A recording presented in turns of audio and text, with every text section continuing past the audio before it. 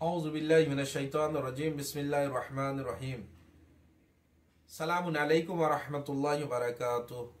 আশা করি আপনারা সকলেই ভালো আছেন। আজ রজবুল মুরাজ্জাম মাসের 13 তারিখ মাওলায়ে কায়নাত আলী ইবনে আবি তালিব আলাইহিস সালামের জন্মদিনের মোবারকবাদ ও শুভেচ্ছা জানাই আপনাদের সকলকে এবং আল্লাহর কাছে দোয়া করি যে আল্লাহ তাআলা সকলকে সুস্থ রাখবেন, নিজের সকলের মনের নেক ইচ্ছাকে আল্লাহ তাআলা কবুল করবেন, পুরো করে দেবেন। তওফা হিসেবে পরওয়ারদিগারে আলম আমাদের যুগের ইমাম আলাইহিস সালামের জোহর করে দিন এবং আমরা যেন ওনার সৈন্যর ভিতরে স্থান অর্জন করতে পারি, সেই তৌফিক আমাদের দান করুন। এর সাথে সাথে আমি বলতে চাই একটি বিষয়। আলহামদুলিল্লাহ 13 রজবুল মুরাজ্জাম মাসে আমরা সকলে নিজের এলাকায়, আশেপাশের এলাকায় আমরা মাহফিল হয় এবং মাহফিল করি এবং মাহফিলে শরীক হই আলহামদুলিল্লাহ। আর মাহফিলে যে সেখানে যখন আমরা শুনি আহলে বাইত আলাইহিস সালামের ফজিলত, মাওলায়ে কায়নাতের ফজিলত, তো আমাদের মন ভরে যায় এবং খুশিতে যেন মনের ভিতরে একটা আলাদা আমাদের অনুভব করি, আলাদা এত খুশি অনুভব করি। আর এটা হওয়া দরকার। প্রত্যেক ব্যক্তি যারা ঈমান রাখে, যারা মুমিন, তো মুমিনের চিহ্ন হচ্ছে এই আলী আলাইহিস সালাম থেকে মহব্বত করবে। আর মহব্বতের যে এমন হয় না কি তানার ঘরে খুশি আসলো আমি দুঃখ করছি খুশির জন্য। মহব্বতের তাকাজা হচ্ছে এই কে তানাদের খুশিতে যেন আমরা আনন্দিত হই, তানাদের দুঃখে যেন আমরা দুঃখিত হই। এটা মহব্বতের তাকাজা। আর এটা আলহামদুলিল্লাহ ওনাদের যখন গুণগান আমরা শুনি তখন আমাদের মন খুশিতে ভরে যায়, আমরা সকলেই খুশি হই, আমাদের চেহারা যেন উজ্জ্বল হয়ে যায় খুশিতে। আর এটা হওয়া দরকার। তো বিষয় হচ্ছে মূলত এই যে আমরা নিজের এলাকায় আমরা সকলেই মাহফিল করি মাওলায়ে কায়নাতের শুভ জন্মদিনের। আর সেখানে আমরা বক্তাদের কাছ থেকে এবং নাত খাঁ, মানকাবাত খাঁ, শায়েরদের কাছ থেকে আমরা বিভিন্ন ধরনের কবিতার মাধ্যমে ওনাদের ফজিলত শুনি, ফাজাইলকে শুনি। আর আমরা সেটা আমরা খুব খুশি হই এবং আমাদের মন খুশিতে ভরে যায় আলহামদুলিল্লাহ। আর এর যেন আমরা তা কিয়ামত পর্যন্ত এই খুশিতে শরীক হতে পারি, আর এই খুশি যেন আমরা তা কিয়ামত পর্যন্ত পালন করতে পারি আলহামদুলিল্লাহ। এটা হওয়া দরকার। কিন্তু মূলত বিষয় যেটি আমি নিয়ে এসেছি সেটি এই বিষয় নয়, কারণ সেখানে আমরা শুনতে থাকি কোরআনে মাজিদের ভিতরে কি বলেছেন মাওলায়ে কায়নাতের বিষয়, রাসূলে খোদা কি বলেছেন হাদিসের ভিতরে, সেটা আমরা শুনতে থাকি আর এটা নিয়ে আমরা আনন্দ পাই। কিন্তু মূলত আমরা শুনবো। কিন্তু আমি যে বিষয় নিয়ে এসেছি সেই বিষয় হচ্ছে এই নয় কি মাওলায়ে কায়নাতের ফজিলত, মাওলায়ে কায়নাতের ফাজাইল কোরআনে কি হাদিসে কি আমি নিয়ে এসেছি।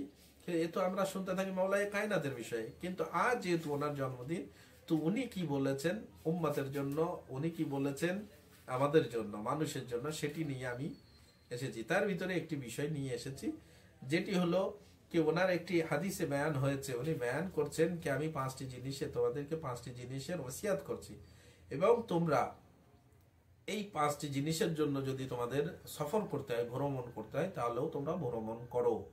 আর সেই 5টি জিনিস কি? সেই 5টি জিনিস হলো, প্রথম, তোমরা তোমাদের ভিতরে কোনো একজন ব্যক্তি জানো আল্লাহ ব্যতীত অন্য কারোর উপরে আশা না রাখে, আশা আল্লাহ ব্যতীত অন্য কারোর উপরে যেন না রাখে, উম্মিদ রাজা আল্লাহর উপরে।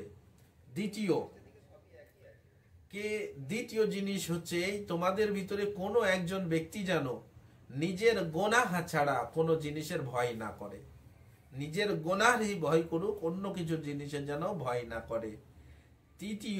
তৃতীয় বলা হচ্ছে এই মাওলায়ে কায়নাত বলছে তৃতীয় জিনিস হচ্ছে এই, সেই জিনিস হলো যদি তোমাদের কাছে কোনো প্রশ্ন করা হয় আর তোমরা যদি না জানো, তোমাদের ভিতরে কোনো একজন ব্যক্তি যেন এমন না হয় যে জিনিস সম্পর্কে জিজ্ঞাসা করা হলো আর তার উত্তর যদি না থাকে, সেই জিনিসের প্রশ্নের উত্তর যদি না থাকে, তাহলে এটা বলতে যেন লজ্জা না করে কি আমি জানি না।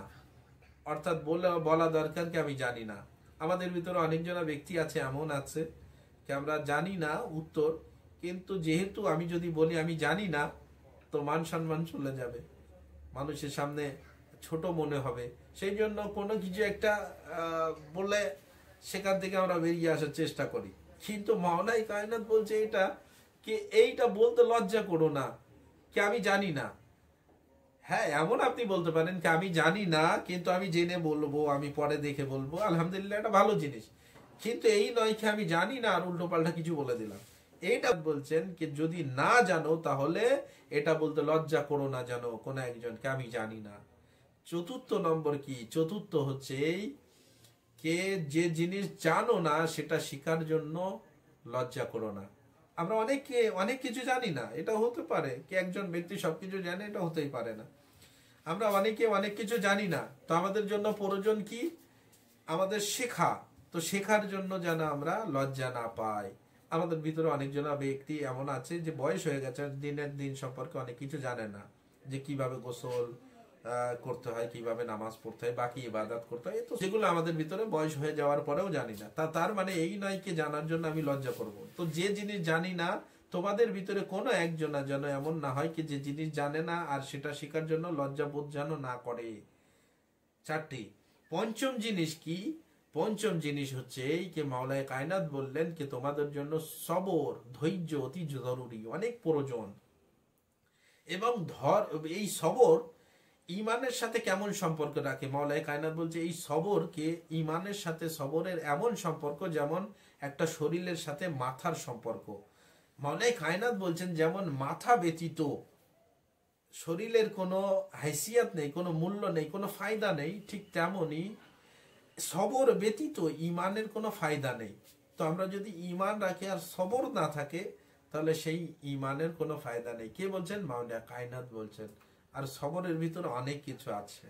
মুসিবাতে সবর, কে মুসিবাত আসলো অন্য সময় সবর, কোনো গোনার থেকে সবর করা, বিশেষ করে কি কোনো গোনা সামনে আছে, আমি গোনা করছি না, আমার সামনে সবকিছু গোনার জন্য সবকিছু সামনে চলে এসছে, কিন্তু আমি নিজেকে বাঁচালাম গোনা থেকে, তো গোনার উপরে সবর করা, এরকম অনেক জিনিস হতে পারে। তো সবর যদি না থাকে তাহলে ইমান বেফায়দা। তো আমরা যেন এই মাওলানা কায়নাতের শুভ জন্মদিনে একটি আমি হাদিস যেটি নিয়ে আসলাম, ওনার ওসিয়াত উনি করেছেন, সেটি বয়ান করলাম। আল্লাহ তাআলা আমাদের সকলকে ওসিয়াতের উপরে আমল করা তৌফিক দান করুন এবং ইমামে জামানা আলাইহিস সালামের জোহরকে খুব তাড়াতাড়ি করে দেন। আমরা সকলে যেন ওনার সৈন্যের ভিতরে স্থান অর্জন করতে পারি, সেই তৌফিক আমাদের দান করুন। আমি সকলকে বলবো এই ভিডিওটি শেয়ার করেন তাকে মানুষ পর্যন্ত পৌঁছে যাক মাওলানা কায়নাতের বাণী। আর আমরা এটাই চাই যে মাওলানা কায়নাত আলাইহিস সালামের কল যেন মানুষ পর্যন্ত পৌঁছে যায়। আসসালামু আলাইকুম ওয়া রাহমাতুল্লাহ।